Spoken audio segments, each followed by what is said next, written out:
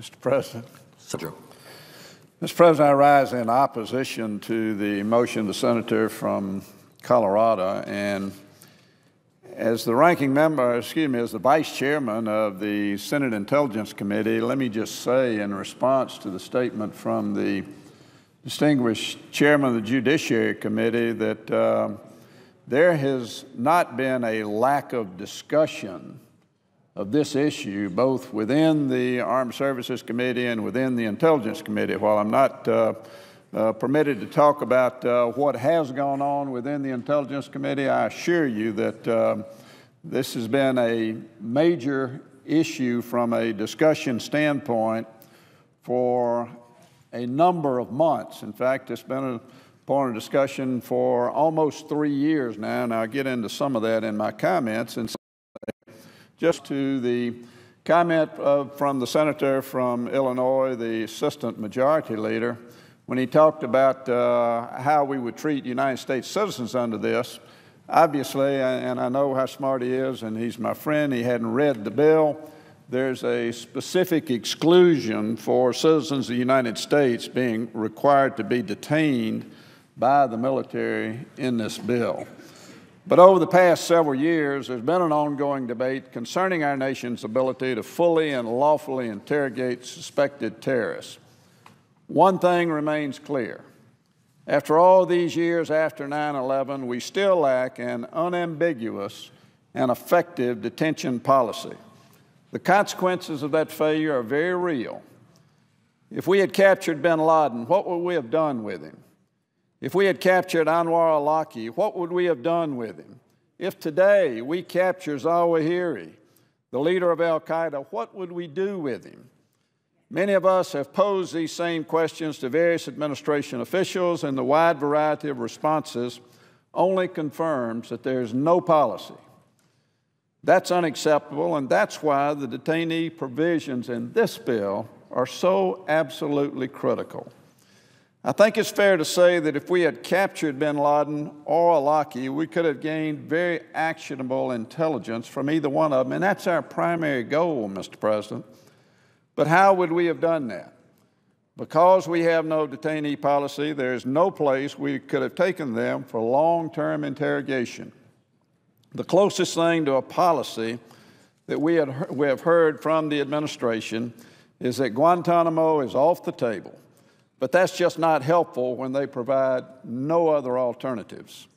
We've heard some administration officials say that holding detainees on ships for brief periods of time solves this detention problem. Now, Senator McCain just addressed that issue, and you know, we've got a great United States Navy. It's not the intention of the United States Navy to function in a way of sailing ships around the world and having terrorists brought to ships for detention. A state-of-the-art facility like Guantanamo Bay is off the table, but holding someone on a ship never intended to be a floating prison and prohibited from long-term detention by the Geneva Conventions is somehow a humane replacement for Guantanamo. And that simply does not make sense. The intent behind the detainee provisions in this bill is very simple. We must be able to hold detainees for as long as it takes to get significant foreign intelligence information without them lawyering up, as the Christmas Day bomber did so famously after only 50 minutes of interrogation.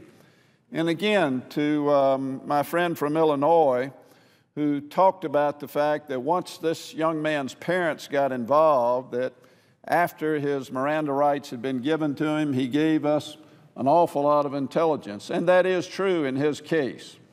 But, Mr. President, I doubt very seriously that Zawahiri's parents, who probably aren't even alive, are going to step up and tell their son, you really ought to go in and talk to these folks and give them all the details about the way you helped plan the September 11 attacks on the United States of America. We just know that with high-value targets, that's not going to happen on a wholesale basis, and we simply need to be in a position to gain actionable intelligence from every one of those individuals. While I fully support the detainee provisions in this bill, I believe there are other improvements that can and should be made. For example, I am co-sponsoring Senator Ayotte's amendment, which will allow our intelligence interrogators to use lawful interrogation methods beyond those set forth in the Army Field Manual. Now, we need to be clear on exactly what this means. This amendment does not authorize or condone torture, and every technique used in every interrogation must comply with our laws and treaty obligations. I believe there needs to be flexibility in how we interrogate terrorists. But even more so, I believe it is foolish to publicize, as the Army Field Manual does, the specific techniques that can be used in interrogating a suspected terrorist. Over the years, we have heard repeatedly from the intelligence community that the element of surprise is sometimes our greatest asset in gathering timely intelligence from detainees. Senator Ayotte's amendment gives the intelligence community the ability to use techniques that have not been broadcast over the internet. And in my opinion, that makes a lot of sense, and I hope my colleagues will agree, because, Madam President, the folks that we are dealing with in the terrorist world today, these guys who are the meanest, nastiest killers in the world, who wake up every morning trying to figure out ways to kill and harm Americans, are not stupid. They carry laptops. They know how to use the internet, because we gain valuable information oftentimes through the airwaves. We know how smart they are, and we know that they have the capability of going on the internet today and reviewing the Army Field Manual. They know exactly the way they're going to be interrogated and the type of techniques that are going to be used to gain intelligence from them. Madam President, the Armed Services Committee has worked very hard on a bipartisan basis to come up with legislation that will improve congressional oversight of detainee matters, as well as provide greater assurance that detainees who pose a threat to our national security are not released so that they can return to the fight. As the Vice Chairman of the Intelligence Committee, I have specific interest in making sure that our intelligence community has the ability to gather timely and actionable intelligence from detainees.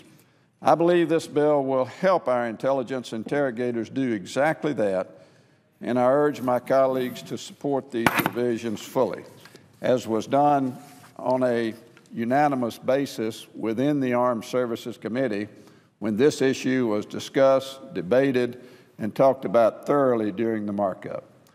Madam President, I would yield to my friend from New Hampshire.